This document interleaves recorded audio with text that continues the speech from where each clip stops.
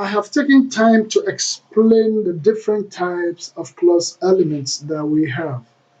And so we're now going to look at the subordinate clause types. Do not forget that we have been told that clause structures may be main clause that can stand on their own and make complete sense, or they may be incomplete clause structure, incomplete sentences that will be dependent on another clause to be able to make complete meaning. So when they depend on another clause to make complete meaning, we call them subordinate clause. A less independent clause. That is a clause that will need to rest on some other clauses to be able to make complete sense. So let us look at the different subordinate clause types that we have. The first one is the noun clause. The noun clause. The noun clause is otherwise known as the nominal clause, or at other times it is called the that clause.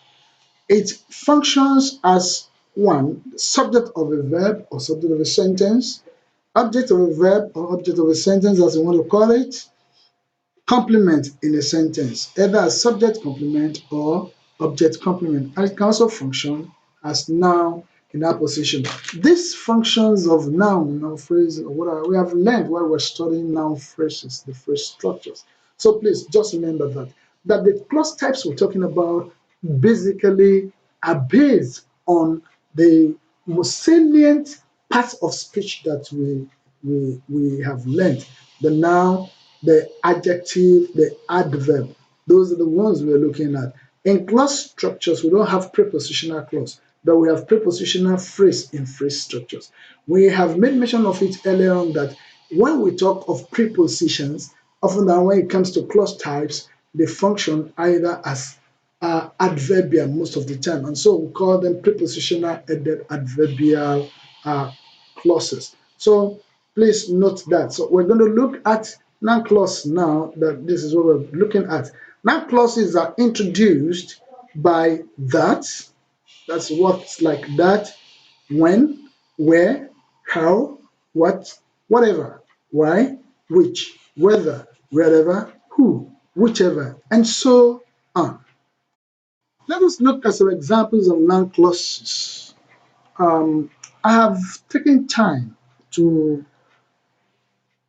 point out the verbs in red so that you'll be able to differentiate the different parts. We have been told that once you're able to mark out the verb, whatever is on the left will become the subject, while whatever comes after as noun or pronoun after the verb will be either complement or it can be any other thing. So we have to look at, so when we talk of SVOCA, the first part is subject, which stands every sentence must have a subject.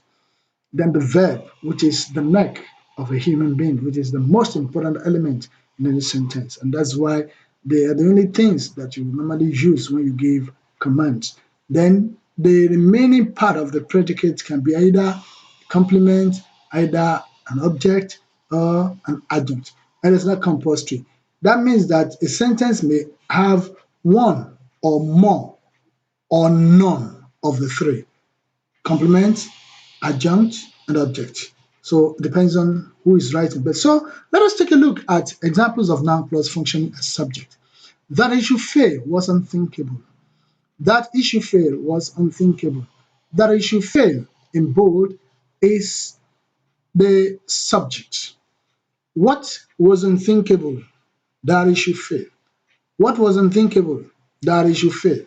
So that issue fail will be underlined and you'll be questioned as to what is the grammatical name given to it and grammatical function. So United States noun clause functioning as the subject of the verb was. The second one is what they were asking us to pay seemed high. What they were asking us to pay seemed high. And the third example here is whoever wants to succeed must work hard. Whoever wants to succeed must work hard. Who must work hard? Whoever wants to succeed. Whichever road you take will lead to the village. Whichever road you take will lead to the village. Who wins the race does not really matter. What does not really matter? Who wins the race? Who wins the race does not really matter. Please note that in all this, one thing is basic. You can remove the bold prints. For example, that issue failed. Remove it, throw it away, put just one word, WHAT. It is called a litmus test. What? So when you have it, it becomes a question. What was unthinkable? If the words you have taken away will come back without any addition or subtraction to its company, that is, for example, now we have that issue fail. We have one, two, three, four words. So you have the four words back as your answer without any addition or subtraction. It means that it is a noun clause. If you need to add one word more to make more meaning to fit in, or you need to remove from the four words to make more meaning, then it is not a noun clause. It is not a noun clause, whether it be in the position of the subject, the object, or complement.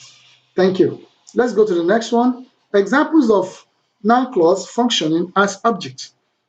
Example one, nobody knows where she had gone. Nobody knows where she had gone. Nobody knows what, where she had gone. I could not understand what they were saying. I could not understand what they were saying. I could not understand what they were saying. The hunter ran after what he had shot. The hunter ran after what he had shot. The judge awards guests to whichever party he likes. There's one other thing you have to note as well, because it is a noun clause or noun in quote, it can be replaced by a pronoun. So we can still have it. In the first instance for the subject, instead of saying that it should fail or what should fail, it becomes it was unthinkable. Then you now ask what was unthinkable. That it, which is it, which is now the pronoun, will now become that it should fail. And in the second example, noun clause function as object becomes nobody knows it. What? Where she had gone. I could not understand it. What? What they were saying. The hunter ran after what? What he had shot. Then the hunter ran after it. What? What he has shot. The judge awards cast to what?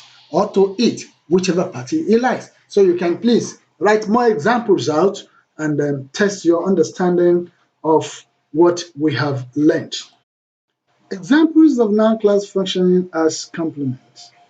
The question is what we should do now. The question is what we should do now. Please note that in this sentence, there's no action in the verb. The verb is in red. It's in red print. So it is the verb be. It's just a linking verb. I've told you before that where you have action, there's no complement.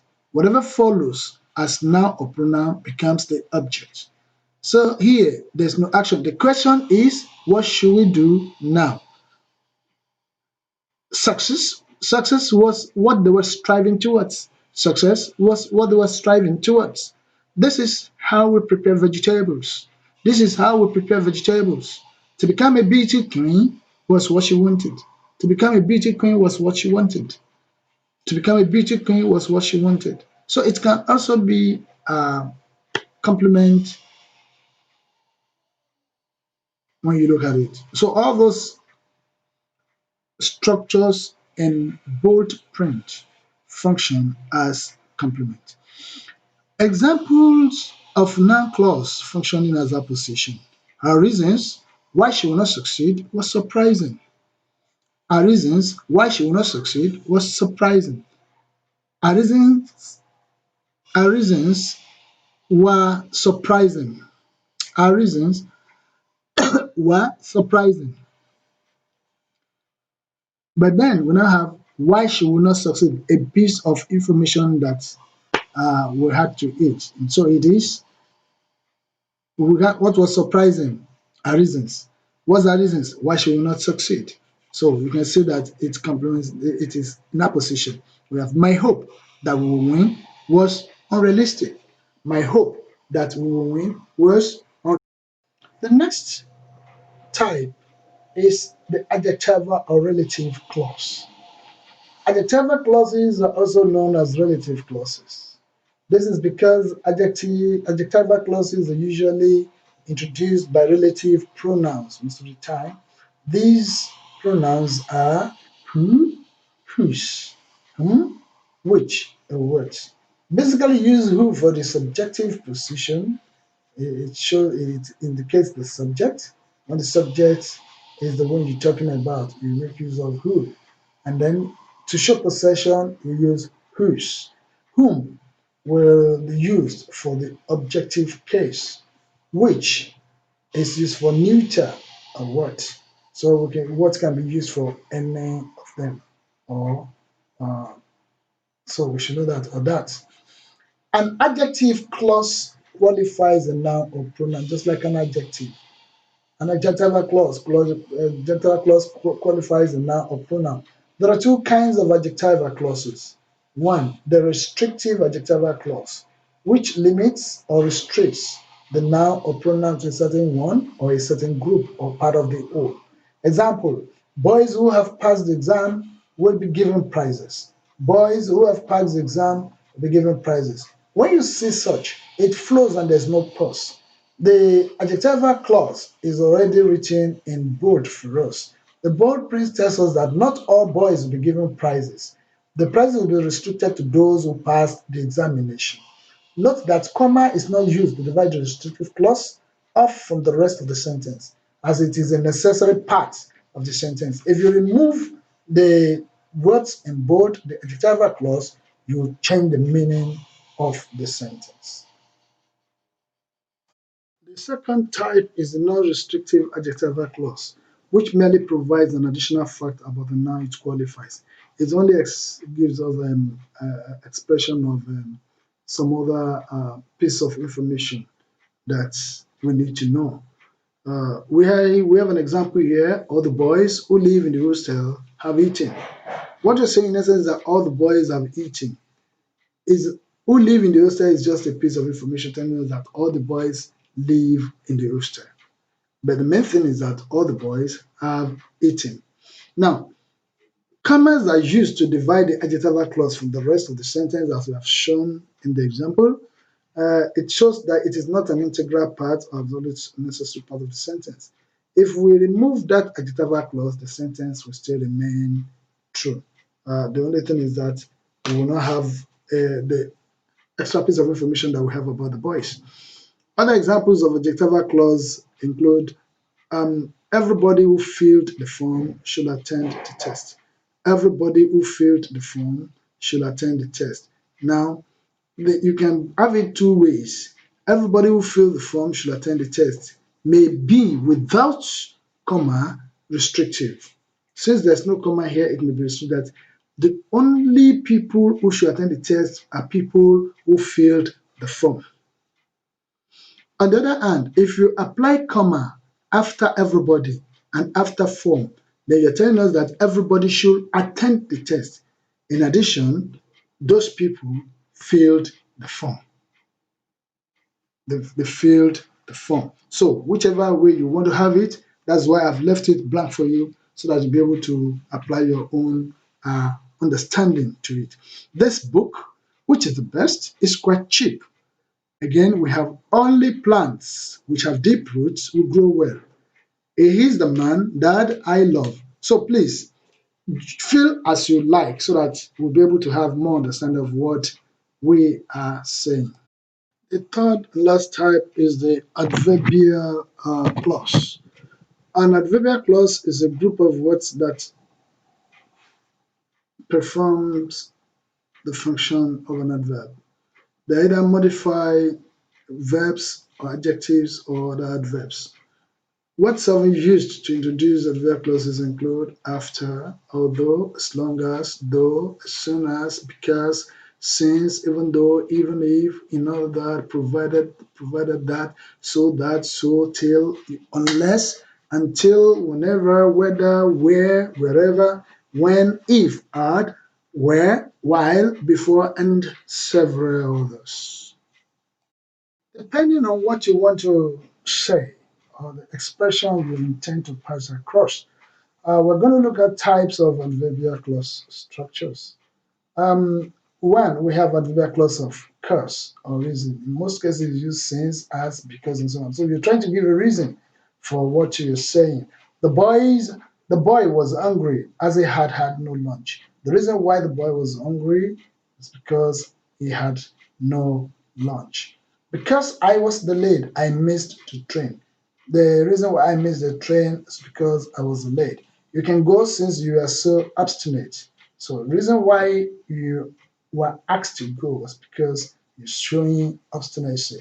Now, listen carefully. In the sentences given, the first one, the boy was hungry. Don't forget that adverbs modify, they tell you more about actions, that is of verb or adjectives or other adverbs. So the boy was hungry here, uh, as he had no lunch. The reason why he was hungry was because he had no lunch. Because I was delayed, I missed the train. Why did you miss your train? Because I was delayed. So you can please adjust this. The next one is adverbial clause of comparison or degree to show the, the, the extent how well you do something. So he works as hard as any student. He works as hard as any student. It rained longer than I expected. You are comparing maybe the two qualities. It rained longer than I expected. Another type is the adverbial clause of condition. We use these are introduced by if, unless, had, were, provided. I will not go into details of telling you that there are some probable conditions, some improbable condition, and so on and so forth. But please let us just know when we are making our own expressions that will make sense and will communicate. If you cannot swim, it is dangerous to go rowing alone. If you cannot swim, it is dangerous to go rowing alone. So the only time you're allowed to go rowing alone is if you can swim. There's a condition there. He refused to work unless I paid him in advance. He refused to work unless I paid him in advance. Had we been there, we should have protested, which means that we were not there at all. Had we been there, or you can put it, if we had been there, we should have protested. Were you to have been there, I would not have come, which means that you were not there, so I was there. Were you to have been there, I would not have come. The next one is adverbial clause of concession or agreement. You agree to something, but the opposite is what actually happened. Although, though, however, yet, still, even if, irrespective of, even though, whereas, while, despite, in spite of, regardless of, notwithstanding, and so on. I have given some few examples here. He caught the coronavirus although he wore a face mask. He caught the coronavirus although he wore a face mask. We agree that he wore a face mask, but the truth of the matter is that even with that, he caught the coronavirus. Though I have no garden, I always enjoy flower shows. Though I had no garden, I accept the fact that I have no garden, but I enjoy flower shows. You must try to work however tired you are. You must try to work however tired you are. The next type is adverbial clause of manner. That is as and as if. It shows the manner of something. Do exactly as I say. Example two, it looked as if it were existed. The manner of how something looks. Okay, the next one is adverbial clause of place, which is common, where, wherever, and so on. I shall walk where I choose. She was injured where the building collapsed. You can go wherever you like. The next one is adverbial clause of purpose or aim or intention. So such words that introduce so that list. A new government was formed so that it could check bribery and corruption. The thief crept away lest the policeman see him. Elizabeth laws of resort, the same thing so that Janet shouted her own name so loud that she was immediately recognized. The goalkeeper was so slow that the ball was in the net before he had moved. Please note that the difference between Elizabeth laws of purpose and Elizabeth laws of result is the fact that in purpose, the intention is stated. We don't know whether the intention was realized. A new government was formed so that it could check bribery and corruption, but we don't know whether the new government was able to check bribery and corruption. The thief crept away so that the policemen will not see him. We are not so sure that he succeeded. So we know the intention, but the end result we were not told. However, in a direct clause of result, we know the result. The action was completed. Janet shouted our name so loud that she was immediately recognized. The goalkeeper was so slow that the ball was in the net before he had moved. The action must be completed in the clause of result. And last but not the least, adverbial clause of time. And this is introduced by words like when, while, as soon as, since, whenever, and such other words that may indicate the time. I shall go out when I'm ready. I shall go out when I'm ready. We have not seen him since he came back. We have not seen him since he came back. And the learners remained standing while the teacher prayed. The learners remained standing while the teacher prayed. So you look at this. Please take your time and study all these lessons carefully and try as much as possible to practice exercises from your new Oxford Secondary English course and such other textbooks that you may find within your area or lay your hands upon. We want to use common textbooks around you. Or if you are able to have any past question booklet, please check the comprehension passages there, look at the questions on grammatical structures and practice them and forward your comments to us or questions that will be looked into sincerely. Thank you for sparing your time, and I hope that you've had a wonderful time. Ms. Adeneye will continue to take you on the different types of essay writing, apart from the letter writing that you've been taught. And likewise, she's going to talk on summary writing. And if there's anything that is still bothering you after this, please, we are free at any point in time to pass your questions to us. Thank you, and God bless you. I remain yours sincerely, Adenuga Ewes.